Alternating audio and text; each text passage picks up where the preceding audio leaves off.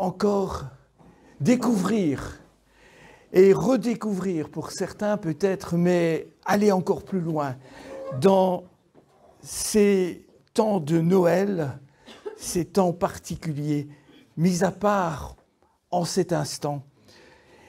Et pour cela, je vais poursuivre quelque chose que j'ai commencé il y a quelque temps. C'est à savoir qu'il nous est dit qu'il est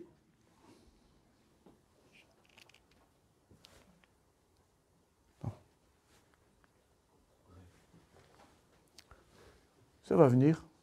Voilà. J'ai repris un texte dans les Lamentations de Jérémie, et un verset, nous indique qu'il est bon d'attendre en silence la délivrance de Dieu.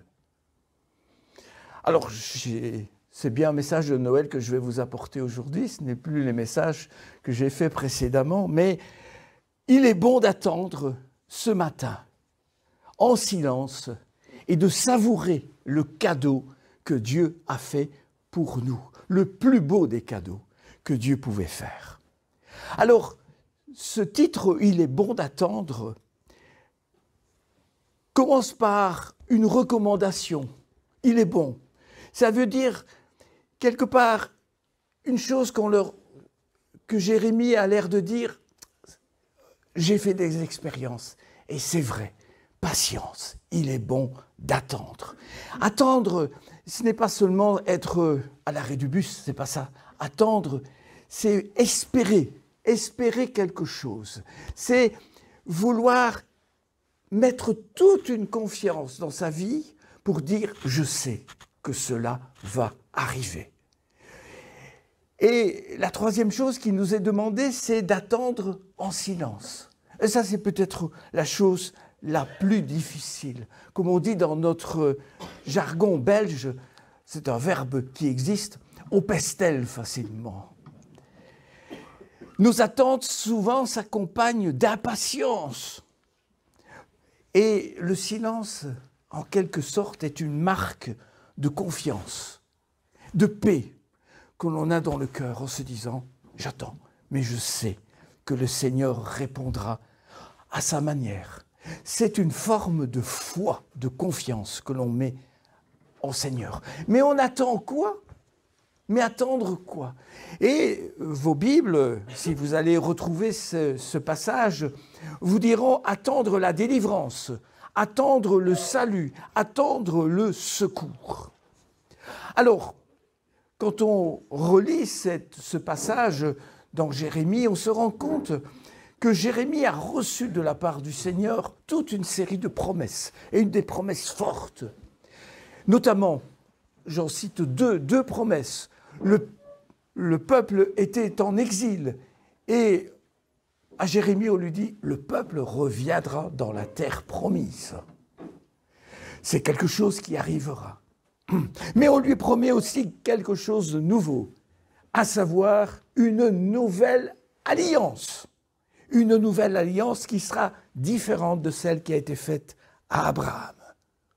Alors, tout ça, bien, ça c'était Jérémie, mais qu'est-ce que nous trouvons comme rapport entre l'annonce de cette nouvelle alliance, l'annonce d'une délivrance et la nativité ? Noël, ce qu'on fête, la nativité, quel est le rapport entre les deux ? On l'a rappelé tout à l'heure, avec Isaïe, il y avait 600 ans, avec Jérémie, il y en a autant, au moins 500 ans, se sont écoulés entre la prophétie qui a été donnée et ce qui va s'accomplir. Le temps appartient à Dieu. Et c'est vrai que Dieu agit en son temps et à sa manière. Et les moyens ne sont pas ceux que l'on imagine. On pourrait se dire, s'il y a une délivrance, il va y avoir des feux d'artifice, il va y avoir des choses extraordinaires. Oui, c'est ce qu'attendait quelque part le peuple d'Israël. Ils attendaient un sauveur. Et un sauveur, c'était quoi ? Aujourd'hui, quand on attend quelque chose, c'est notre présent qui l'imagine. La situation actuelle, nous essayons de voir un tout petit peu comment pourrait être celui qui viendrait comme ça faire des choses chez nous. Nous nous basons sur les événements du moment. Et le peuple s'attend à quoi? Mais le peuple s'attend à un libérateur, c'est-à-dire un roi, un chef guerrier. Et ce chef guerrier va venir chasser l'occupant. Les Romains sont là. Les Romains occupent actuellement le pays d'Israël. Ils ont besoin de retrouver une liberté d'être libres. Mais voilà, la manière dont Dieu agit, ça va toujours nous étonner. Ça va toujours nous étonner parce qu'il a sa manière de le faire. Et on n'en a pas parlé peut-être ce matin, mais en tout cas, ce que Dieu va faire, d'abord, il va intervenir auprès d'un prêtre. Et ce prêtre va être, pas le prêtre qui avait été prévu, mais on a tiré au hasard. Et c'est justement lui qui a été pris, Zacharie. Et Zacharie entre dans le sanctuaire. Et là, il va être interpellé par Dieu. Il va être interpellé par un ange qui va venir lui dire « Ta femme, Élisabeth, eh bien, elle aura un enfant. Elle aura un enfant et elle va l'appeler Jean. » Bon, oui, d'accord. Mais il faut savoir qu'il y a d'autres circonstances derrière. L'ange lui dit « N'aie pas peur. N'aie pas peur, Zacharie, car ta prière a été exaucée, ta femme Élisabeth te donnera un fils, et tu l'appelleras du nom de Jean. Il deviendra Jean-Baptiste.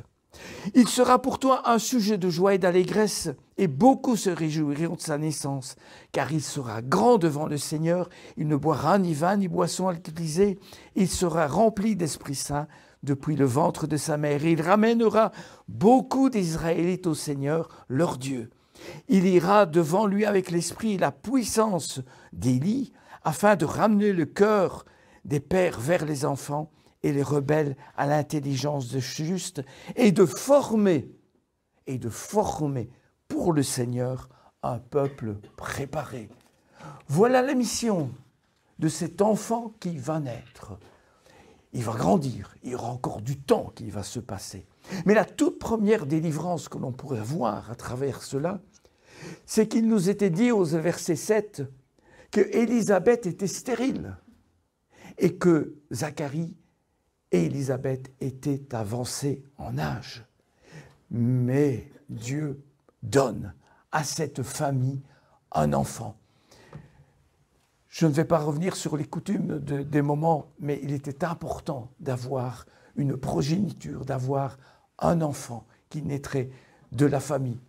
L'histoire d'Abraham nous le rappelle aussi. Mais Dieu continue d'agir.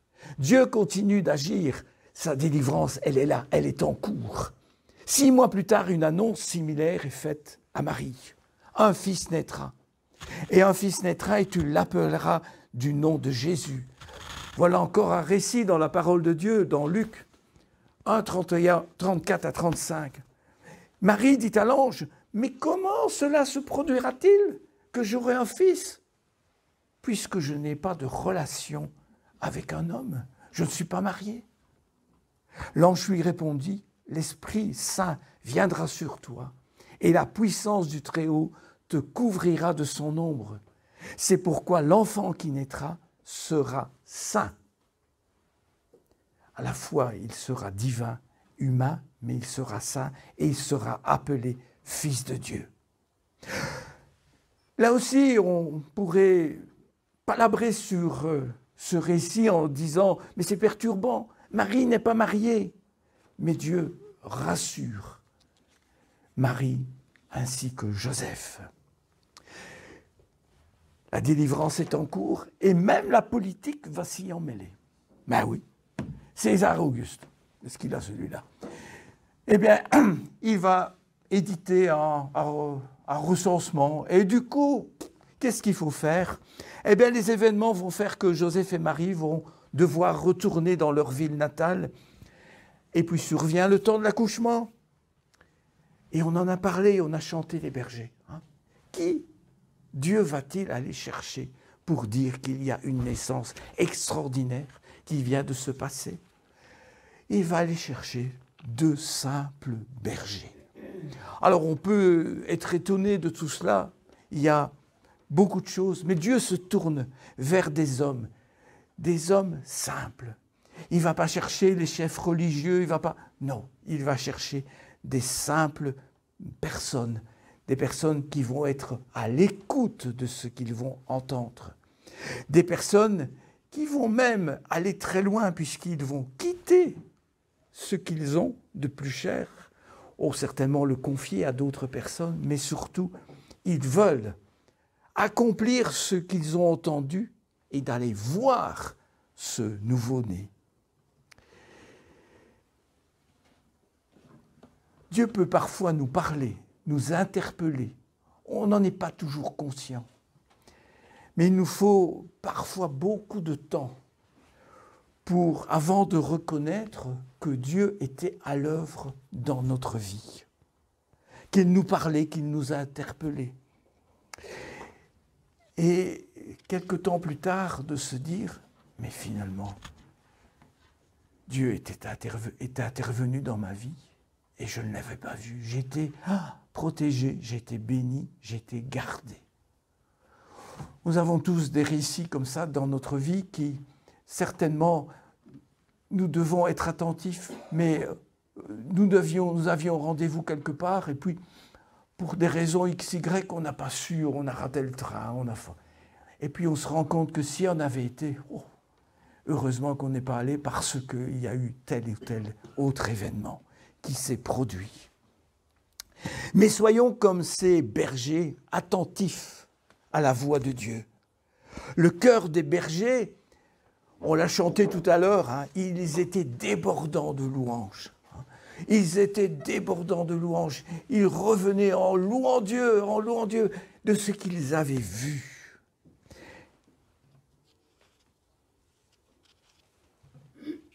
Le récit nous dit que ces bergers se rendirent en hâte et trouvèrent Marie et Joseph et le nouveau-né couchés dans la mangeoire.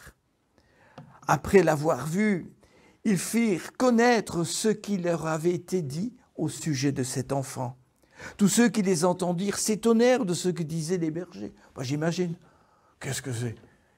On parle de choses et ce sont de simples bergers qui viennent nous raconter ça. Mais Marie encaissait toutes ces choses et elle le retenait dans son cœur. Retenait toutes ces choses et y réfléchissait. Quant aux bergers, je vous le disais, ils s'en retournèrent en glorifiant Dieu, en louant Dieu de ce qu'ils avaient vu et entendu et conformément à ce qui leur avait été dit. Pourtant, on ne déforme pas les choses, on les laisse telles qu'elles sont. On pourrait continuer comme ça dans la Bible, 2 autres personnages marquants, parce que Dieu place ses pions. Il place ses pions et il va confirmer un certain nombre de choses. Nous avons par exemple l'histoire de Siméon, un homme juste et pieux, qui attendait cette consolation, qui attendait cette délivrance. Et cet homme va être patient et un jour être averti par le Saint-Esprit. Cette manière de Dieu de venir nous parler, elle est toujours d'actualité. Mais il vient parler.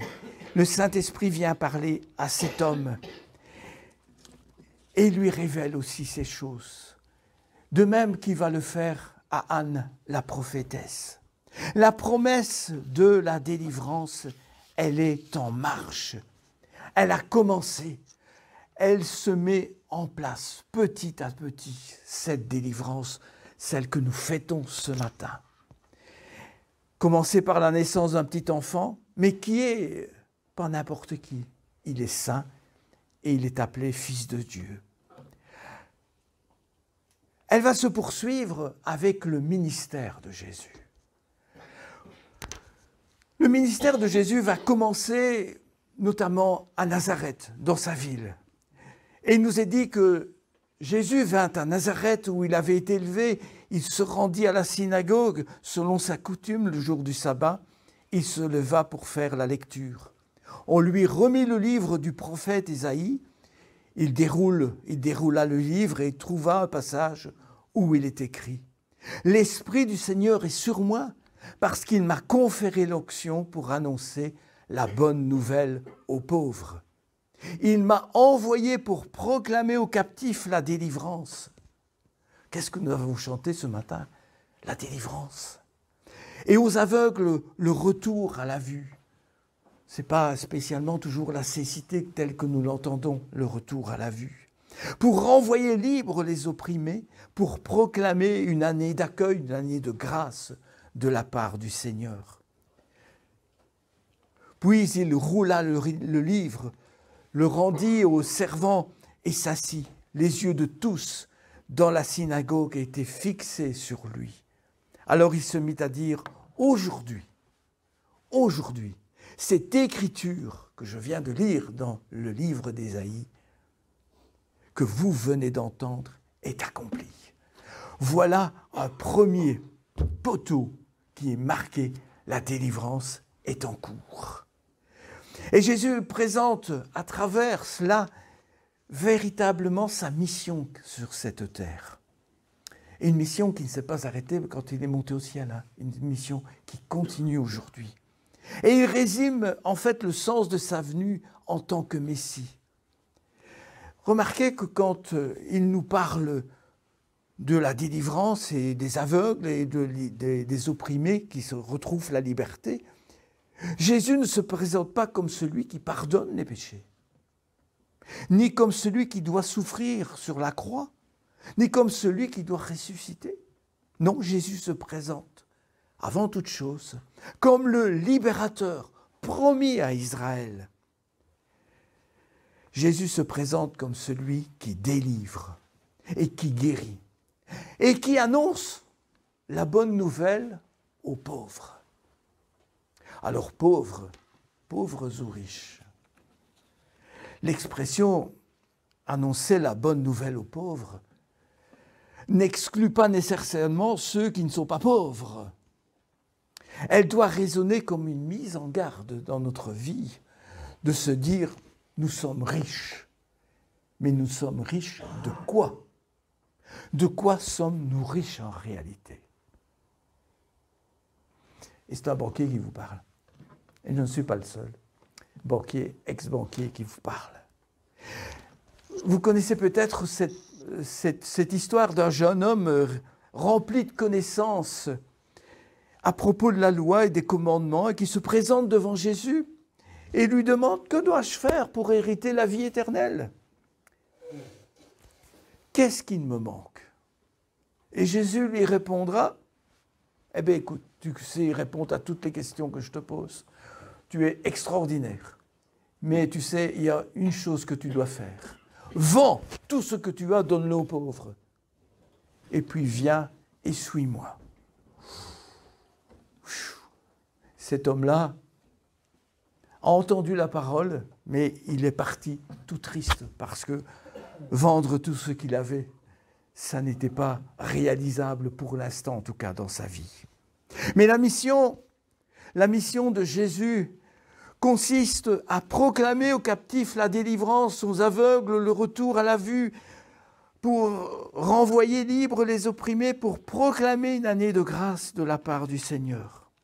Alors, quand on parle de délivrance, c'est vrai que notre imaginaire et notre pensée va souvent sur ce qui est la possession, l'exorcisme. Il évoque pour beaucoup de gens ce genre de truc. Alors que lorsque nous regardons la parole de Dieu et que nous regardons l'Ancien Testament, la délivrance, c'était celle de libérer le peuple d'Israël, souvent opprimé, souvent en exil, pour le ramener dans la terre promise. Certes, je ne conteste pas que Jésus a délivré des personnes tourmentées. Il a chassé des démons. Si vous lisez la parole de Dieu, c'était Jésus. Et il a guéri des personnes captives d'une maladie, d'un handicap. C'est toujours d'actualité. Jésus restaure. Ce n'est pas l'homme qui restaure. Ce n'est pas un homme qui va restaurer. Mais Jésus restaure chacun et chacune dans sa véritable identité. Dans ce que Paul appelle la glorieuse liberté des enfants de Dieu. Alors la délivrance ne concerne pas que le peuple d'Israël, mais concerne toute l'humanité. Jésus a tant aimé le monde. Donc cet amour qu'il veut donner, cette délivrance, elle est pour tous. Elle n'est pas réservée à quelques personnes, elle est pour tous. Dieu veut libérer l'humain de toutes les formes d'oppression auxquelles le péché l'expose. Alors la venue de Jésus vient donc révéler et accomplir le projet de Dieu. Et ça va se faire par sa passion, sa mort sur la croix et sa résurrection. Et par cela, Dieu ouvre un nouveau chemin, le chemin de la réconciliation, ce chemin de délivrance. Il ouvre un passage non seulement de la mort à la vie, mais de la captivité à la liberté. Chemin de réconciliation avec Dieu. Et nous sommes tous appelés à vivre ces temps de délivrance. Nous sommes tous appelés à vivre ces temps de délivrance parce que nous sommes tous aux prises avec le péché. Paul, pourtant un homme extraordinaire pour le Seigneur, dira « Je ne fais pas le bien que je veux, mais je pratique le mal que je ne veux pas. » Il y a un combat entre nous, de choses qu'on voudrait faire et qu'on ne fait pas ou qu'on fait et qu'on ne devrait pas faire. Mais nous n'aimons pas parler du péché. Et pourtant, il est là, il a tous ces sous-produits autour de nous. Il y a les addictions, il y a plein de choses qui mettent notre vie en captivité. Alors c'est pourquoi je dirais que la délivrance ne concerne pas quelques personnes, elle concerne chacun d'entre nous. Dans tous les cas, en tout cas, lorsqu'il y a une délivrance, c'est l'œuvre de Dieu, par la parole du Christ et la puissance du Saint-Esprit. Et c'est eux, Dieu, l'Esprit, Jésus, qui nous libèrent de ces chaînes de l'oppression. Mais pour vivre une telle délivrance, vous savez, il n'y a pas beaucoup de chemins, il n'y en a qu'un, celui que Dieu a tracé. Il faut d'abord qu'on le reconnaisse. Ça veut dire qu'on en prenne conscience. On se dise, ouais, c'est vrai. Il y a toujours quelque chose là en moi qui m'empêche. Il faut pouvoir l'exprimer dans son cœur. Il ne faut pas le crier, hein, tout haut, peut-être, hein, mais on est toujours, parfois prisonnier d'une parole qu'on a dite, qu'on regrette, ou d'une parole qui nous a été dite, qui nous a blessés. Et on en prendrait bien revanche là-dessus. D'un acte, d'une douleur personnelle, familiale, une séparation dans un couple, la perte d'un être cher, d'une addiction de quelque chose qui exerce sur nous une puissance. Ces choses viennent souvent obscurcir notre vision des choses. La lumière s'obscurcit. On rentre quelque part dans une partie de ténèbres et ça nous empêche d'avancer. Mais une fois que nous sommes conscients de cela et que nous l'exprimons avec nos mots devant Dieu, moi je peux vous dire que la délivrance est proche. Quand nous savons le dire avec le Seigneur, la délivrance est proche. Le dire avec le Seigneur, c'est le vivre dans la prière. Alors la prière, c'est quoi? Je ne vais pas étaler des choses, dire des choses trop longues, mais simplement la prière, c'est une relation de confiance et intime avec Dieu. Abandonner totalement le fardeau qui était insupportable. Et Jésus va le dire, hein, venez à moi, vous tous qui êtes fatigués et chargés. Déposez vos fardeaux. Il faut que nous puissions nous tourner vers Dieu. Se prier, c'est ça en fait, c'est se tourner vers Dieu. Se tourner, faire pas un petit tour, non, un tour complet. Un tour total. Se faire un tour total pour aller vers ce chemin de la réconciliation qui passe par la repentance. Et accueillir le pardon. Parce que Dieu nous accorde son pardon. Et il manifeste son salut envers nous. Il le manifeste en nous délivrant de tout ce qui nous captivait, en nous rendant, en nous voyant voir les choses d'une autre manière, en libérant les opprimés et en nous rendant libres. En conclusion, je dirais que la délivrance a commencé par la naissance, toute simple, d'un enfant, mais qui sera le sujet aujourd'hui et demain et dans un an, quand on se retrouvera, le sujet d'une grande joie. Il vous est né un sauveur qui est le Christ, le Seigneur.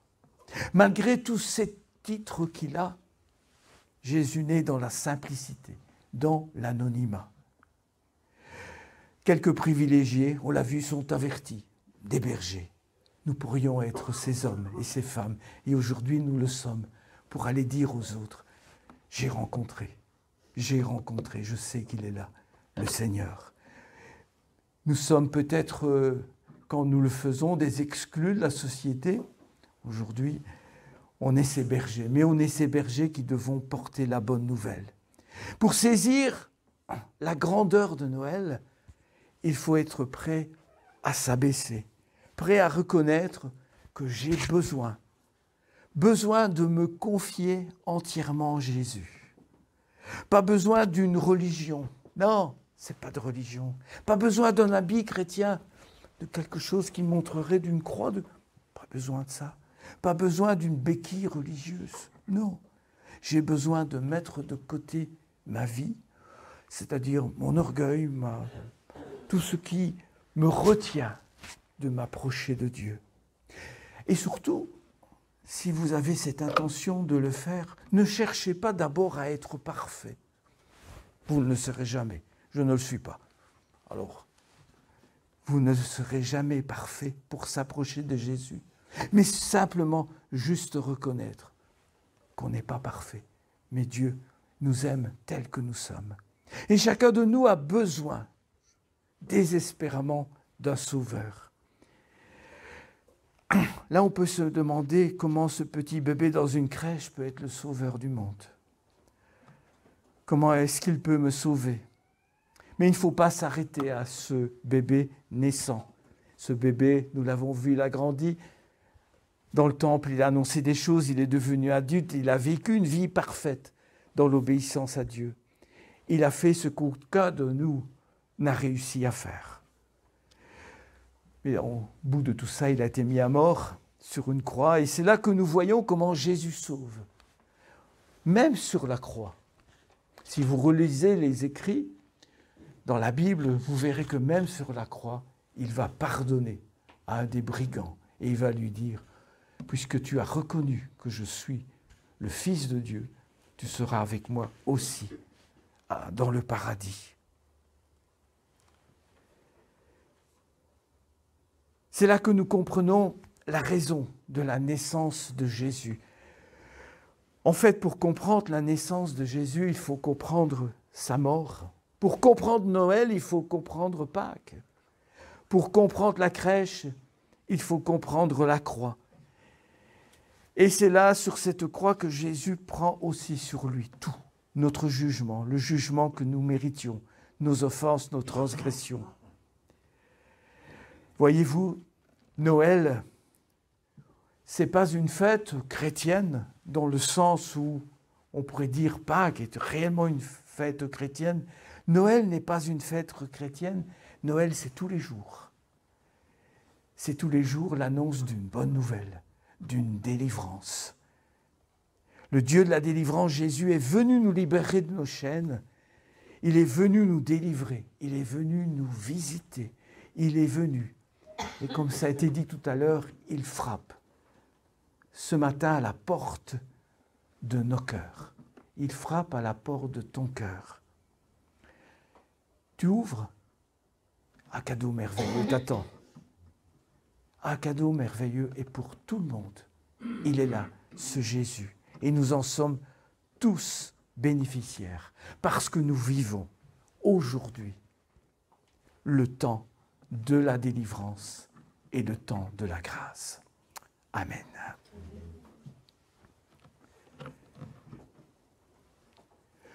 Ce projet a mis du temps pour venir, nous l'avons vu, mais c'est un projet de délivrance qui n'a pas de fin, sauf lorsque Christ reviendra.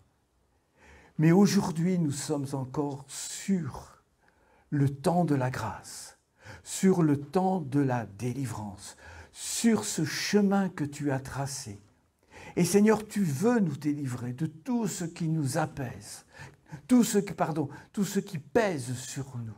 Tu veux nous apaiser dans notre cœur, dans notre vie. Tu veux nous rendre plus légers. Tu connais, Seigneur, les besoins de chacun des cœurs, des personnes qui sont ici. Seigneur, tu connais les délivrances. Seigneur, que nous puissions simplement lui dire, Seigneur, voici ce qui me pèse, voici ce dont j'ai besoin d'être délivré. Je laisse quelques instants, quelques secondes. Si vous avez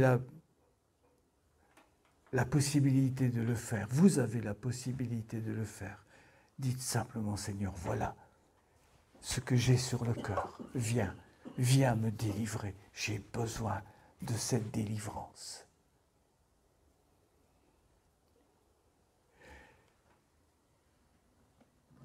Le Seigneur viendra en son temps, certes, tout de suite, pourquoi pas, et on appellera ça peut-être un miracle, qu'importe. Mais c'est Dieu qui agit, c'est Dieu qui vient, c'est Dieu qui nous délivre. Oui, Seigneur, merci pour cette délivrance que tu accordes à chacun d'entre nous, pour ta main posée, pour ton amour immense. Gloire, honneur et puissance à ton nom, Père. Amen.